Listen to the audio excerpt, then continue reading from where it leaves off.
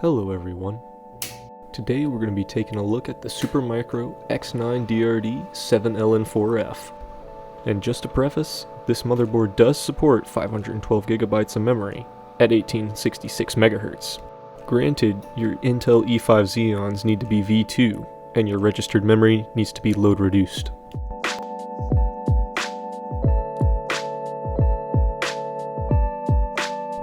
Now loading into BIOS, we can see our 524,000 megabytes of DDR3. To ensure that it's running at the full speed that we paid for, we're going to tab over to Advanced, then Chipset Configuration, North Bridge, DIMM Configuration, and then we're going to go down to DDR Speed and set it to Force DDR3 1866. Or you could set your own speed. Now tabbing back out and going to CPU configuration, we can take a look at our two Intel E5 2697 V2 processors. Each have 12 cores, 24 threads, and support our memory speed of 1866 MHz, or rather, 1866 megatransfers per second. Before we move on, let's actually tab back over to the CPU settings. Go down to CPU power management configuration, and we're going to set our power technology to custom. If the power technology state is set to maximum performance, the CPUs will not exceed 3 GHz. And then we're going to set our C state limit to none. We also want to set the performance bias to performance, and then we can max out our power limits. For these processors, it just maxes out at 255 watts for each of these fields. Now tabbing back out and going down to chipset configuration, North Bridge, then QPI. The motherboard recommends that we enable isochronous mode for high-end desktop applications. I will note, however, it does appear to decrease performance in Cinebench.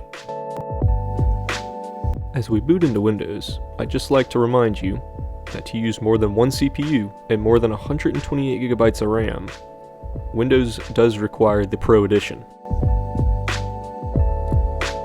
Now we're just going to hop into Task Manager to take a look at the system specs.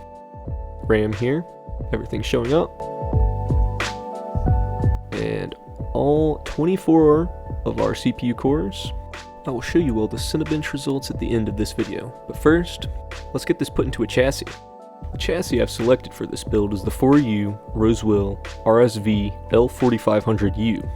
It's got plenty of space for storage, and it's affordable.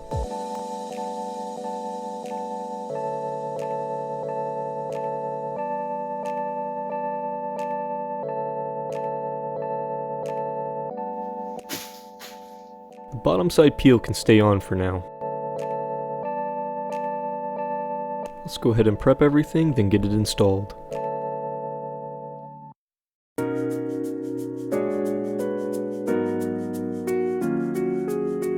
To pair with our two CPUs, I'm using this Samsung RAM kit.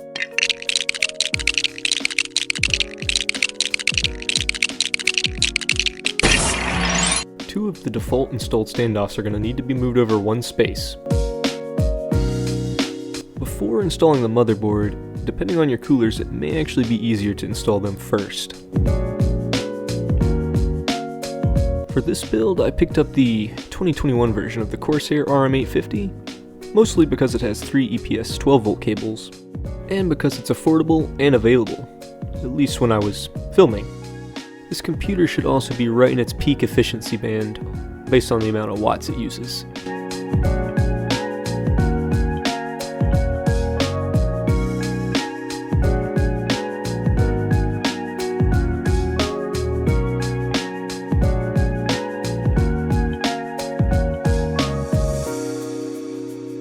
Believe it or not, one of the more expensive individual components was the coolers, partially because they needed to be compatible with the narrow socket 2011 V1. These are both the Noctua NH-D9DX-i4 3U coolers. They fit very comfortably in this case, and run about $60 a piece. Funny to think that this computer has 2 times the amount of RAM as it does storage.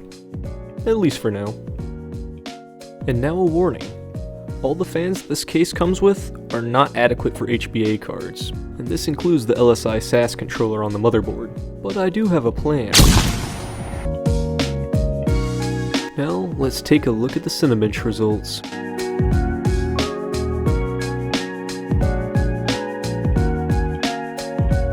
For some reason, since I've rebuilt this computer for the YouTube video here, the CPU no longer hits 3 GHz under full load. Not sure why.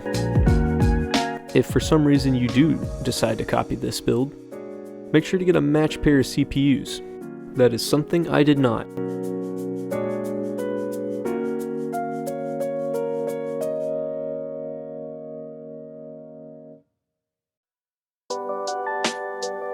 Looking at the final score here, we can see that we scored about 100 points lower with ISOC enabled.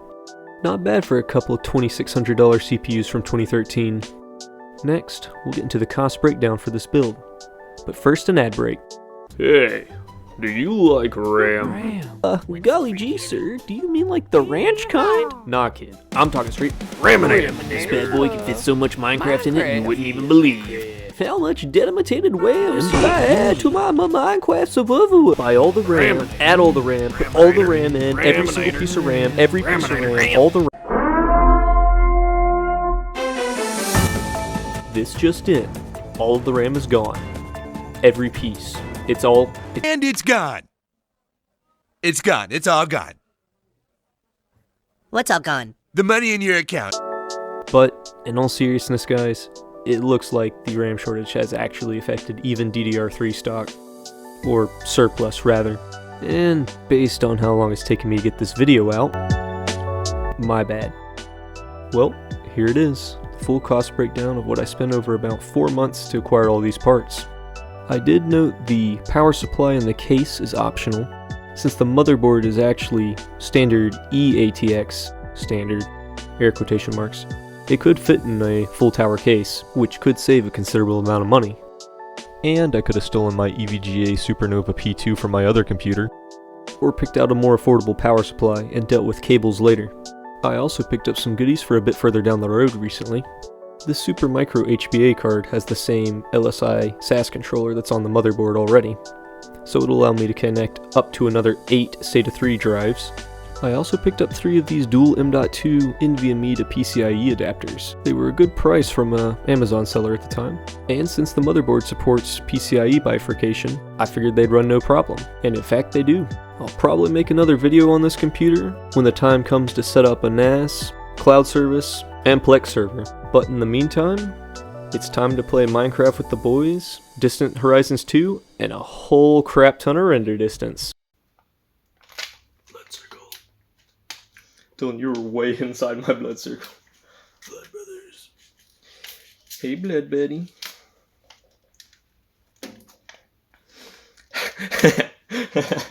I'm leaving that in the footage.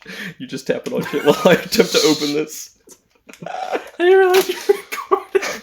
I'm absolutely putting that in the video, dude.